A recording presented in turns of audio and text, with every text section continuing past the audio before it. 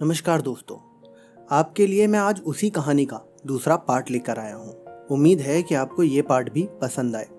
कहानी वहीं से शुरू होती है जब कुमकुम सरस्वती जी को जाने से रोक लेती है, जिसके बाद वो सरस्वती जी से बोलती है, आप जरा बैठिए, मैं अभी आती हूँ। कुमकुम सरस्वती जी को रोककर कमरे से बाहर चली गई और इशारे से अपने पति राजेश को बाहर बुला कर ले गई। बाहर जाकर राजेश ने कुमकुम से बाहर बुलाने का कारण पूछा तो वो राजेश से कहने लगी, सुनिए, मुझे एक बड़ा अच्छा आइडिया आया है जिससे हमारी लाइफ भी सुधर जाएगी और इनके टूटे दिल को भी आराम मिल जाएगा। जिस पर राजेश पूछता है, क्या आइडिया? इस पर कुमकुम बोलती है कि क्यों ना हम इन्हें यहीं रख लें।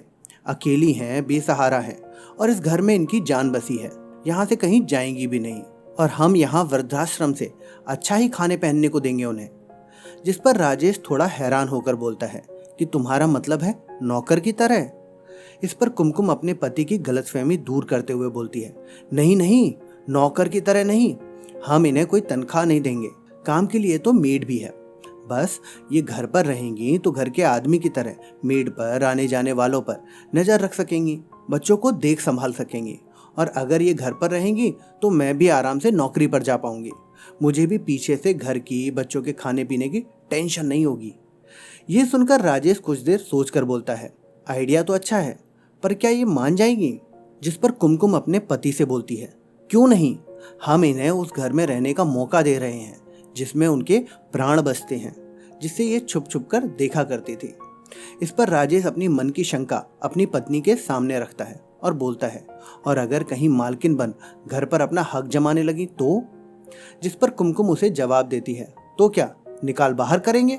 घर तो हमारे नाम पर ही है, ये बुढ़िया क्या कर सकती है? जिस पर राजेश अपनी सहमति दे देता है और बोलता है, ठीक है, तुम बात करके देखो।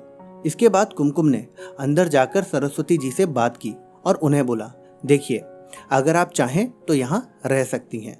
ये सुनकर सरस्वती जी की आंखें चमक उठी और वो सोचने लगी, क्या वाकई वो इस घर में रह सकती हैं? लेकिन फिर बुझ गई। आज के जमाने में जहाँ सगे बेटे ने ही उन्हें घर से ये कहते हुए बेदखल कर दिया कि अकेले बड़े घर में रहने से अच्छा उनके लिए वृद्धाश्रम में रहना होगा, वहाँ ये पराये लोग उसे बिना किसी स्वार्थ के क्यों रखेंगे? इस पर वो मना करते हुए कुमकुम से बोली, नहीं नहीं, आपको बिना बात ही परेशानी होगी। जिस पर कुमकुम जवाब देती है, परेशानी कैसी, इतना बड़ा घर है और आपके रहने से हमें भी आराम हो जाएगा। ये सुनकर दुनियादारी के बुरे अनुभवों से गुजर चुकी सरस्वती जी कुमकुम की आंखों में छिपी मनसा समझ गईं, मगर उस घर में रहने के मोह में वो मना न कर सकी।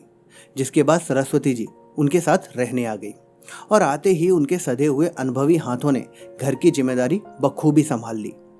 सभी उन्हें अम्मा कहकर ही बुलाते। हर काम उनकी निगरानी में अच्छे से चलने लगा। घर की जिम्मेदारी से बेफिक्र होकर कुमकुम ने भी आखिर नौकरी ज्वाइन कर ली।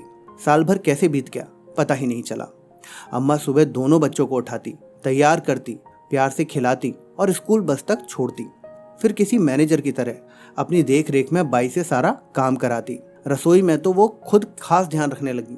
खासकर बच्चों के स्कूल से आने के समय वो रोजाना नई नई डिश तैयार कर देती।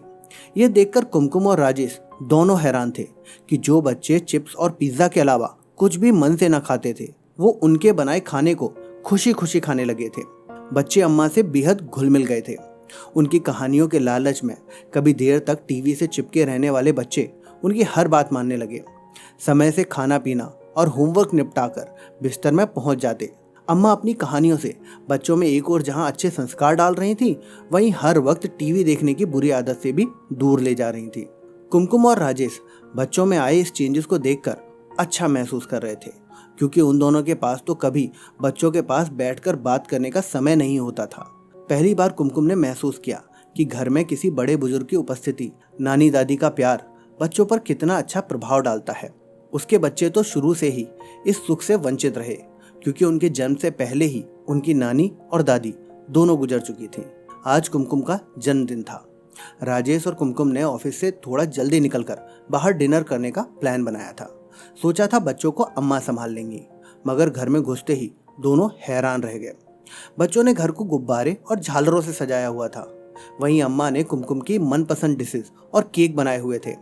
इस सरप्राइज बर्थडे पार्टी, बच्चों के उत्साह और अम्मा की मेहनत से कुमकुम काफी खुश हुई और उसकी आंखें भर आईं।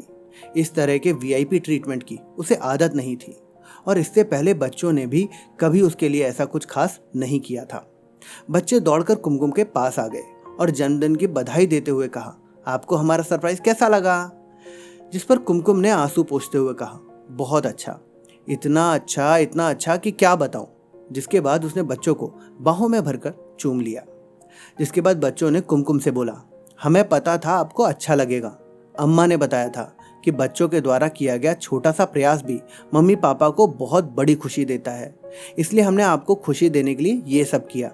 ये सुनकर कुमकुम की आंखों में अम्मा के लिए प्यार की लहर छा गई। बच्चों से ऐसा सुख तो उसे पहली बार ही मिला था और वो भी उन्हीं के संस्कारों की वजह से हुआ था ये सब। फिर केक कटने के बाद सरस्वती जी ने अपने पल्लू में बंधी लाल रुमाल में लिपटी एक चीज निकाली और कुमकुम की ओर बढ़ा दी। जिस पर कुमकुम ने सरस्वती जी से पूछा, ये क्या है अम्मा? जिस पर सरस्वती जी ने जवाब दिया, तुम्हारे जन्मदिन का उपहार। जिसे कुमकुम ने खोलकर देखा तो रुमाल में सोने की चेन थी। ये देखकर वो चौंक पड़ी, ये तो सोने की मालूम होती है। जिस पर सरस्वती जी ने बोला, हाँ बेटी, सोने की ही है। बहुत मन था कि तुम्हारे जन्मदिन पर तुम्हें कोई तोहफा दूं। कुछ और तो नहीं है मेरे पास, बस यही एक चेन है जिसे संभाल कर रखा था। मैं अब इसका क्या करूंगी? तुम पहनना, तुम पर बहुत अच्छी लगेगी।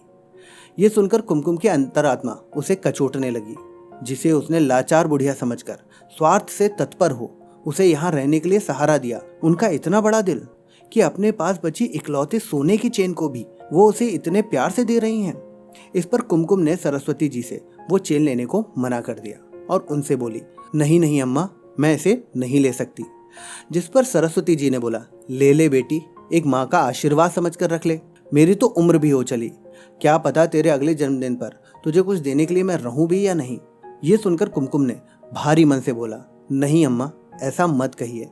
ईश्वर आपका साया हमारे सर पर सदा बनाए रखे। जिसके बाद कुमकुम उनसे ऐसे लिपट गई जैसे बरसों बाद कोई बिछड़ी बेटी अपनी माँ से मिल रही हो। वो जन्मदिन कुमकुम कभी नहीं भूली, क्योंकि उसे उस दिन एक बेशकीमती उपहार मिला था जिसकी कीमत कुछ लोग बिल्कुल भी नहीं समझते, और वो है निस्वार्थ मानवीय भावनाओं से भरा माँ का प्यार। वो जन्मदिन सरस्वती जी भी नहीं भूली, क्योंकि उस दिन उनकी उस घर में दोबारा जगह बनी थी, वो भी घर की बड़ी आदरणीय एक माँ के रूप में, जिसकी गवाही उस घर के बाहर लगाई गई वो पुरानी नेम प्लेट भी दे रही थी, जिस पर लिखा था सरस्वती सदन।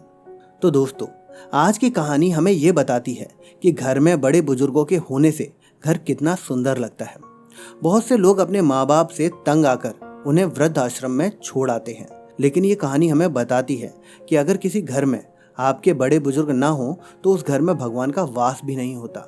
इसलिए अपने घर के बड़े बुजुर्गों को हमेशा प्यार और सम्मान दें। मैं उम्मीद करता हूँ कि आपको हमारा आज का सुविचार पसंद आया होगा, तो आप अपनी राय कमेंट बॉक्स में ज़रूर लिखें।